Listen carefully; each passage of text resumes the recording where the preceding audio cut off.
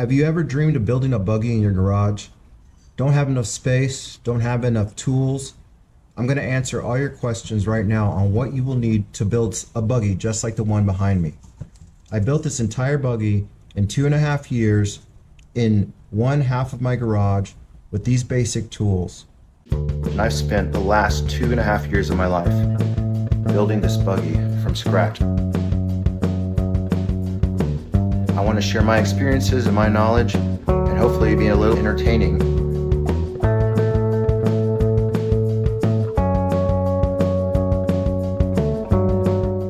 These are the tools that you would need to create a buggy like the one you see behind me. Surprisingly, you don't need very many tools. I'm going to go over some of those right now. First thing you're going to need is a good drill. This is a Craftsman. It was a very budget purchase. I actually just bought it for around the house, things like that.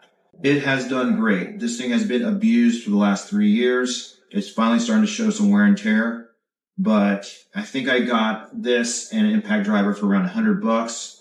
This thing has been amazing. Okay, you're going to use this to drill holes in your metal, of course, but even more importantly, it's going to drive your tube notcher. Okay, so that way when you're building things with tube or metal, you'll be able to notch pieces of tube together. All right. The next thing you're going to need is a tube notcher. All right, this is a JD Square. This thing is super heavy, probably weighs 30 pounds, and you're going to need this to create holes, notch tubing so that it fits other pieces of tubing, right? This is a very basic tool, and you're going to use your drill to drive this thing, all right? Next thing you're going to need, that is probably my favorite and most important tool, is going to be your angle grinder, right? I recommend buying the best angle grinder you can get. This is a Rigid. Milwaukee makes a great one. DeWalt makes a great one. I have tried Harbor Freight. I've tried all the budget angle grinders, and they all burn out, right? When you're working on metal fabrication, it puts a lot of stress on the angle grinder. It gets really hot. Even with gloves on, sometimes it's even hot to hold.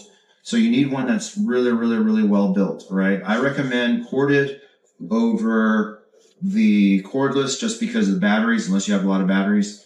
I really recommend getting the best angle grinder you can. But this is something that you're going to absolutely need. This is going to be your main tool for cutting all your metal and tube, okay? Next thing you're going to need is a bunch of cutting discs, all right? The angle grinder will chew through these quite a bit. You can get these. This is a Benchmark abrasives, which I really like. You can get a bunch of them for like $1 a piece online. I'll post a link below. I also use DeWalt, which I really like, and then the Home Depot Diablo brand's good. They get a little more expensive. You're going to go through so many of these, all right? Buy as many as you can. Nothing's worse than getting in the middle of a cut and then running out of discs, all right? These are very dangerous to use, okay? So you want to make sure you use a face mask of some kind or glasses. They can explode. I haven't really had any issues with them exploding, but it's possible. One thing I recommend when using your angle grinder and your disc is to let the tool work. The last thing you want to do is force the tool, start bending it, and then these discs break, and it's really dangerous, okay? You're also going to need a bunch of these flap discs. My favorite flap disc is going to be either the Benchmark abrasives or it's going to be the Diablo brand. Diablo brand's really thick. They are a little expensive, but they do a really good job. After you cut or notch every piece of steel, you're going to need to clean it up with this, all right? I do recommend wearing a face mask if you can. You don't want to breathe this stuff in. Other thing you're going to need is some basic measuring tools. Here I have an angle, right? This helps you square things up. Also recommend, you're going to need a tape measure, of course. And this is probably my favorite. I can square things up. It's small. It's easy. I can clamp it on anything using these C-clamps, right? So C-clamp is another thing you're going to need to hold things, right? You can get these at Home Depot or online. They're a few bucks. The more you have, the better. I have 2. Sometimes I wish I had more. But you're going to need these clamps to hold things, all right? Next thing you're going to need is a welder, all right? I have the Yes welder. It's a little bitty welder, costing around $200, and it has been great. Is it my first choice in a welder? Absolutely not. I wish I could afford a nice Miller or a Hobart, but you don't need that to start with. So This whole buggy behind you was completely built with the Welder. It's been great. I haven't had any issues with it. Super light to move around. And I'll post a link below. What's nice is this welder can actually TIG weld and also stick weld. But you're going to want a MIG welder, right? That's going to be your best bang for buck. And you're going to need the best that you can get. Again, this one's like a $200 welder, and it does a great job. It can do up to 1/4 inch steel, even thicker. This should go without saying, but gloves.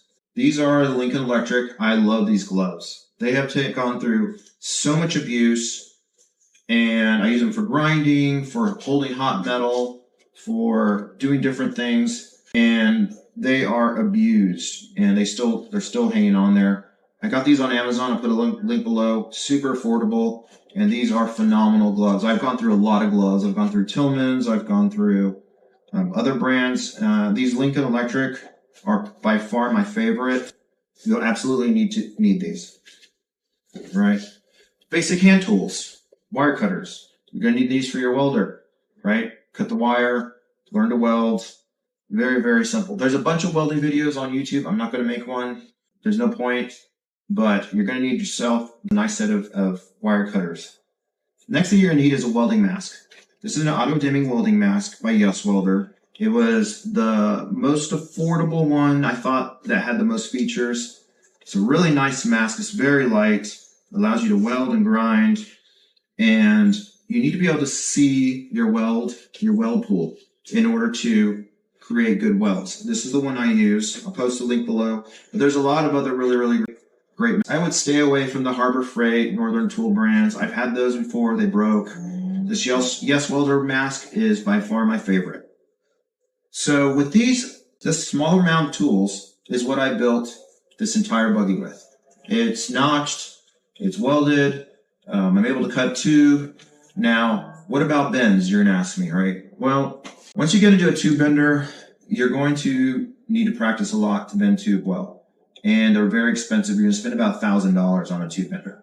So what I recommend is either sticking to straight notches or buy a kit, right? So the buggy behind me is actually a Fabin 801 Rock Lizard chassis, and it came already ready to assemble, and that was much easier. For the price of what I paid for the kit, and the steel was a deal, and I would recommend just buying the kit unless you have the space and you have the time to learn how to use a tube bender. I've used a lot of tube benders. I've built a lot of custom cages in different Jeeps and other vehicles. It is super fun, but if you're limited on space, it does require a lot of space. You really want to go with a kit like a Fabin 801 here. Talk to Thomas. He'll set you up. I highly recommend that, and that'll get you set up and ready to go. So if you're thinking about building a buggy and you're wondering, what do I need? What kind of tools do I need? What other kind of things do I need? What should I go? How much investment am I going to make in? I just showed you. This is literally everything I have. Yeah, I have basic ratcheting wrenches and sockets, things like that. Everybody has. So you'll need those too. But with these basic tools, you could actually build what's behind me. Well, hopefully this helps you and encourages you to build your own buggy and want to get out there on the trail and be able to fix things, modify things. You're going to need to be creative, but this is a really fun project. It's fun to do in the evenings and the weekends. And best of all, you can say that you built it and it's yours. Is this the only tools you'll ever need? Probably not, but this is what you'll need to get started. Let your dreams come true and start building that buggy you always wanted.